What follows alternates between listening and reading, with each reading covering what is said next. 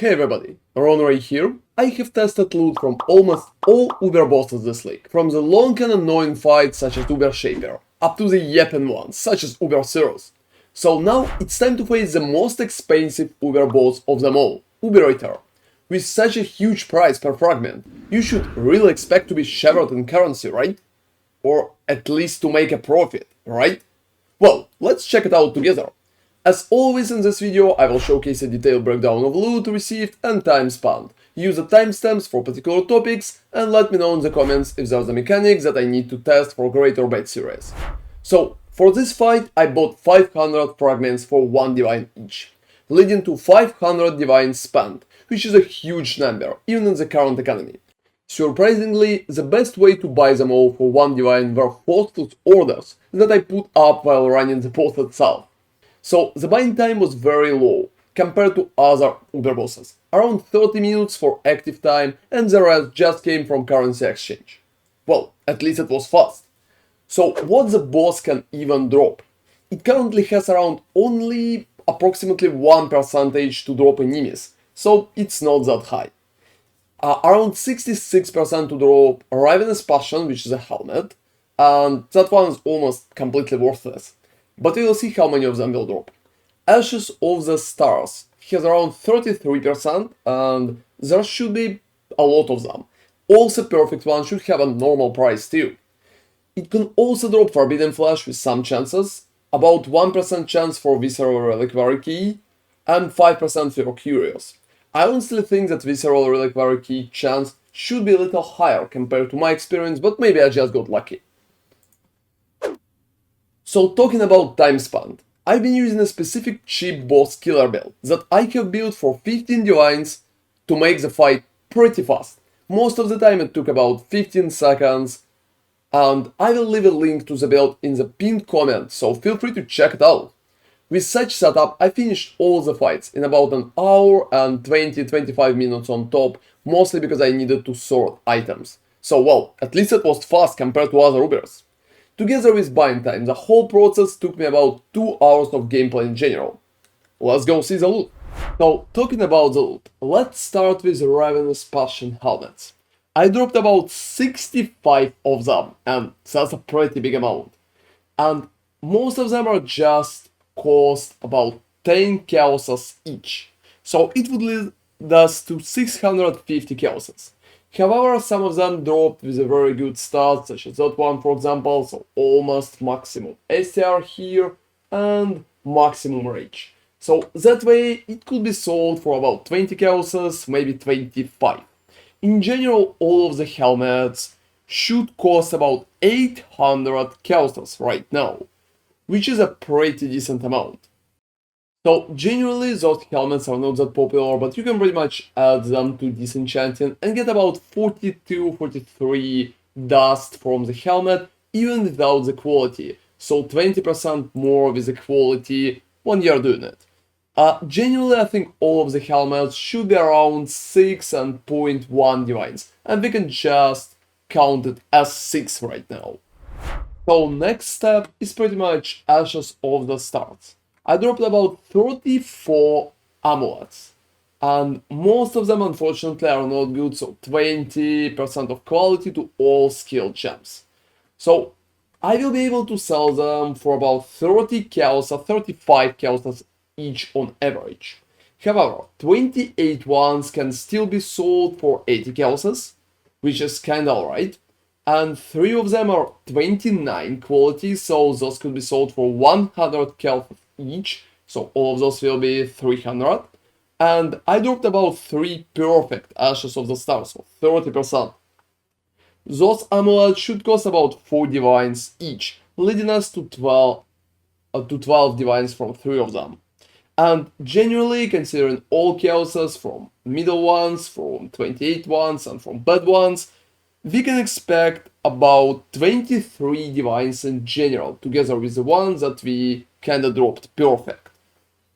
And I would say 23 divines here, it's not a big number, but it's not a bad number either, because well, it can provide at least some profit back. So next step is Curios. I dropped about 5 of them, which is, in my opinion, pretty good number, especially compared how chances currently looks like. And each curio should cost about 1.9 or 2 divines. So in general, we can calculate 5 of them for 10 divines. I think it's an alright number for basic things that drop in pretty often. So the next step is pretty much the currency. I dropped about 13 exceptional Eldrich incurs, and right now I think each of them should be very close to 1 divine. And there's not a lot of on the market already, so I would calculate them at 13 divines. Also 4 Eldritch Orb of Annulment should be about 1.5 divines, and Eldritch Exalted Orbs probably like 50 kelsos, something a little more, a little less.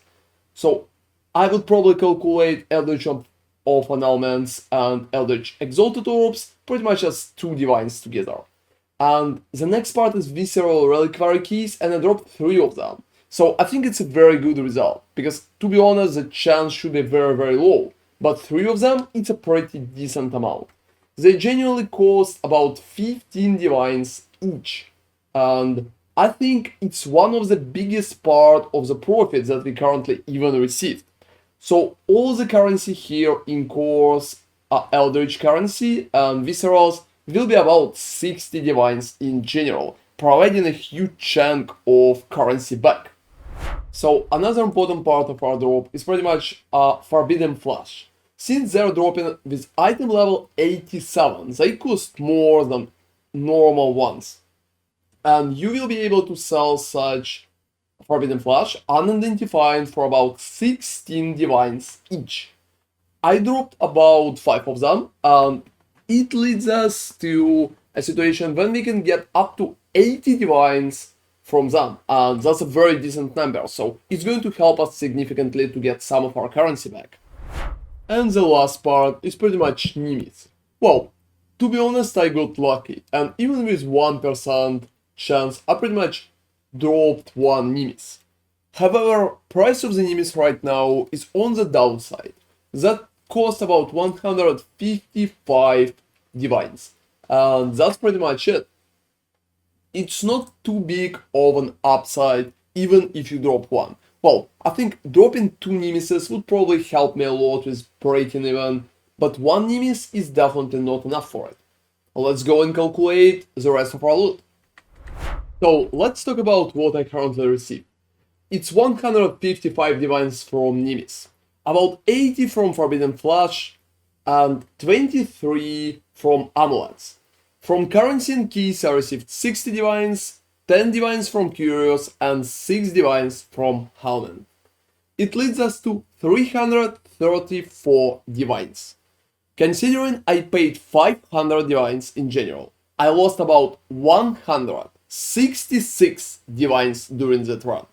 So even if 1 more Nimis would drop for me, so 155 more, I still would be in minus. And that's a crazy idea, to be honest, because staying in minus even with a second Nimis that never dropped is very bad. The only good thing is that I pretty much completed everything in probably like 2 hours, and considering I lost 166 divines, well, it's minus 83 divine per hour. I think it's one of the fastest way how you can literally speedrun yourself to bankruptcy. And that's kinda sad in the current situation. So, talking about Great or Bait, I think that's one of the closest bosses to be a total bait. I would give it around 1 on the scale of 10, and maybe 2, because there's a little chance that you will be able to make profit in the long run. But with the current prices for items and with the current prices for fragments, I think making any particular profit from that fight will be very hard. And it's much easier to just literally run all your currency to the ground. So that's pretty much it. So that was my 100 Uber Eaters test.